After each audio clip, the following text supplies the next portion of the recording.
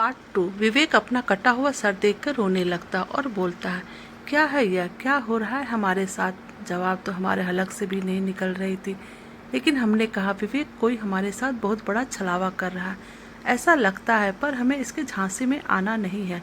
हमने बिना समय गंवाए वहाँ से किसी भी हालत में बस भागना ही सही समझा, लेकिन कहाँ जाएं, क्योंकि हम लगभग 4 घंटे से जंगल से निकलने की कोशिश कर रहे हैं, लेकिन हमको समझ नहीं आ रहा है कि हम किस तरह से बाहर निकल पाएंगे। इतनी देर में जो सब हमारे साथ हुआ, उसके बाद से हमारा हालत तो वैसे ही बहुत नाजुक थी, लेकिन हमको अब अपनी जान बचानी है तो कुछ ना कुछ तो करना ही है। इतना बड़ा जंगल और ऊपर से अंधेरा। ये जंगल दिन में हमें जितना प्यारा लग रहा था, वो अब इस अंधेरी रात में हमें एक मौत का जंगल नज़र आ रहा है। लेकिन अब हम क्या कर सकते थे, क्योंकि ना ही हमारे फ़ोन में नेटवर्क थे और ना ही कोई हमारी मदद के लिए इस जंगल में आ सकता है। ड्राइवर तो बाहर है या नहीं, यह भी नहीं कहा जा सकता। तभी एक बार फिर से मैंने और मेरे साथियों ने सुना कि कोई फिर से चीख रहा है। अभी थोड़ी देर तक चीखने चिल्लाने की आवाज़ बंद हो चुकी थी, लेकिन अब फिर से आवाज़ गूंजने लगी थी। हमारे आसपास ऐसे लग रहा था कि कोई फिर से दर्द से तड़प रहा है।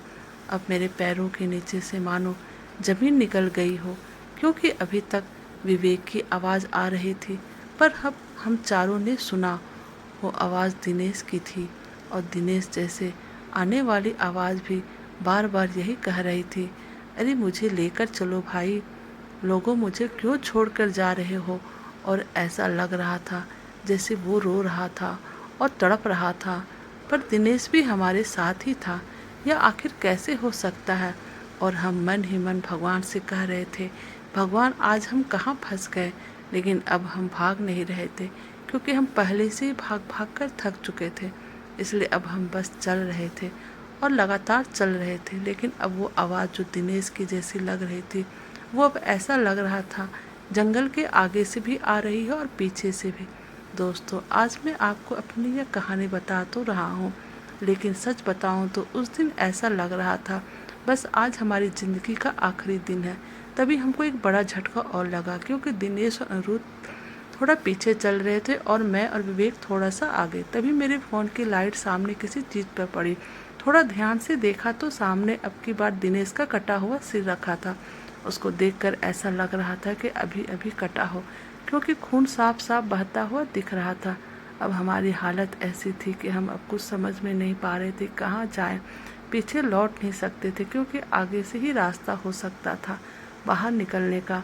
लेकिन हम चारों ने इतनी देर से इतना सब कुछ देख लिया था, इसलिए हम रुके तो नहीं, और हम सब भगवान का शुक्र मना रहे थे कि हम चारों अभी ठीक है और चारों साथ में ही हैं।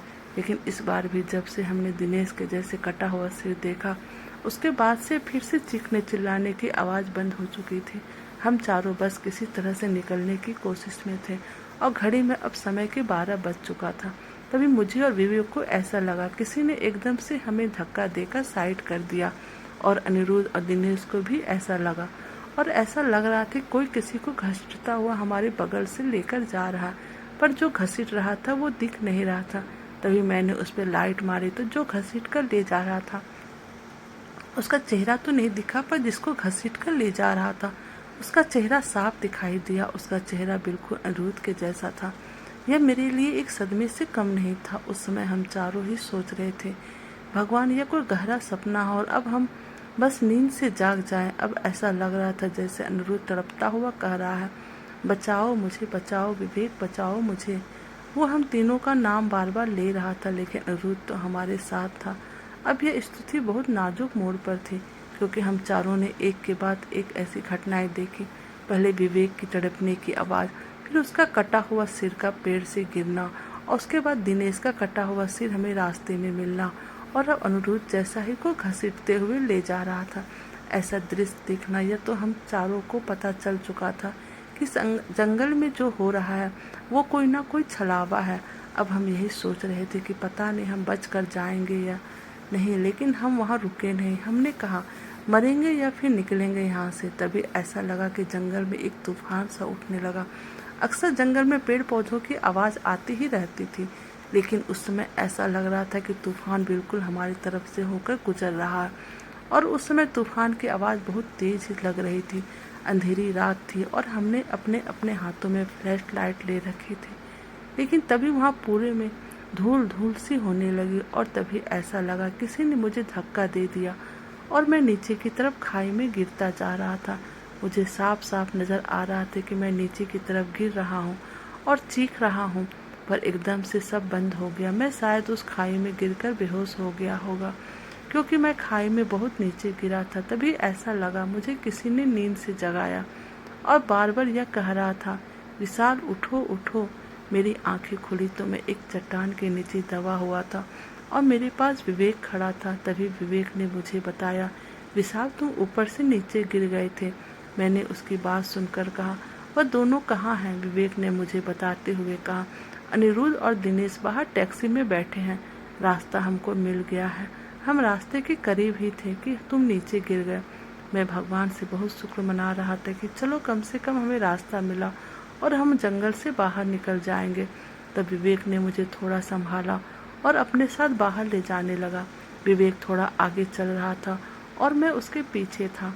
जो जंगल हम रात भर भटक रहे थे, अब उस जंगल से हम बाहर निकल आए थे। सामने टैक्सी खड़ी थी। विवेक ने बताया, अनिरुद्ध और दिनेश ड्राइवर के साथ अंदर है। मैं तुरंत भागता हुआ टैक्सी के पास गया और शीशे में हाथ मारने लगा। ड्राइवर ने खिड़की खोली। ड्राइवर अंदर ही सो रहा था और नींद में ही बोला, भैया ऐसा मत करा करो, कल दोपहर 12 बजे से आ रखे हैं और अब रात के 2 बज गए हैं। मैंने पहले ही कहा था कि जंगल के ज़्यादा अंदर मत जाना। इतने अंदर क्यों गए थे?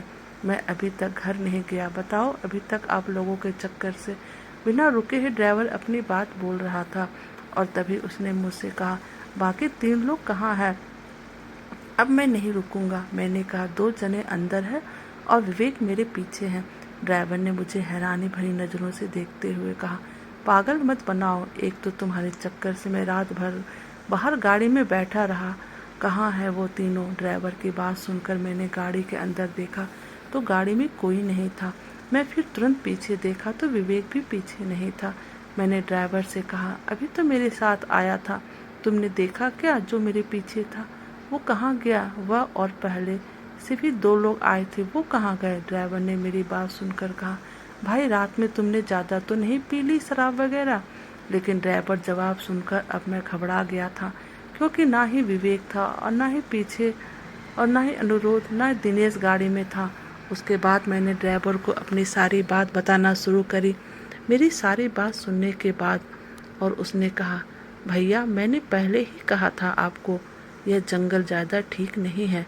बाहर ही फ़ोटो वगैरह खींचकर जो करना है कर लो, ज़्यादा अंदर मत जाना। पर आप लोगों ने मेरी बात नहीं सुनी। अब चलो यहाँ से। मैंने ड्राइवर को कहा, नहीं मेरे 3 दोस्त हैं यहाँ, उन्हें तो ऐसे छोड़कर मैं नहीं जा सकता। मेरी बात सुनकर ड्राइवर मुझे समझाते हुए कहा, अगर अब हम दोनों यहाँ से नहीं गए तो शायद हम भी जिंदा न बच पाए, इसलिए चलो। ड्राइवर ने उसके बाद मेरी कोई बात नहीं सुनी और मुझे ज़बरदस्ती गाड़ी में बैठा दिया और कहा, अब नहीं रुकेंगे उस रात के अंधेरे में। उसके बाद ड्राइवर ने गाड़ी ले जाकर तुरंत मुझे होटल पर छोड़ा। लेकिन मैं उस समय क्या करता? मेरे तीनों साथी मेरे साथ नहीं थे। मैंने सुबह सबसे पहले जाकर पास के ही पुलिस स्टेशन पर सारी खबर दी और उसको सब कुछ बताया। मेरे सर पर पहले से ही चोट लगी हुई थी और मेरी स्थिति कुछ ज़्यादा ठीक नहीं थी, इसलिए मुझे पुलिस वालों ने पास के हॉस्पिटल में एडमिट करवा दिया। और बाद में पता चला कि उस जंगल में कई दिनों की तलाश के बाद 3 लाशें मिली। 2 के तो सर कटे हुए थे और एक के 3 टुकड़े में पड़ी हुई लाश मिली थी। उसके बाद पुलिस ने मुझे उनको देखने के लिए बुलाया। उसको देखकर अब मेरी आंखें फटी की फटी रह गई, क्योंकि विवेक और दिनेश की सर कटी हुई लाश थी और अनिरुद्ध की लाश 3 टुकड़ों में पड़ी हुई थी। आज मैं जिंदा तो हूँ, लेकिन शायद मैं उसी दिन मर गया होता। अब मुझे समझ में आया, हम रात भर भटकते रहे थे और फिर अचानक से कैसे जंगल से बाहर निकल पाए। मेरे उस दोस्त ने मरने के बाद भी मुझे बचाकर बाहर निकाला था। अब उस दिन के बाद से मैं बहुत ज़्यादा सदमे में रहता हूँ। तो दोस्तों, आपको ये कहानी कैसी लगी? ये एकदम सच्ची घटना है। आप हमें कमेंट करके बताइएगा। Thank you.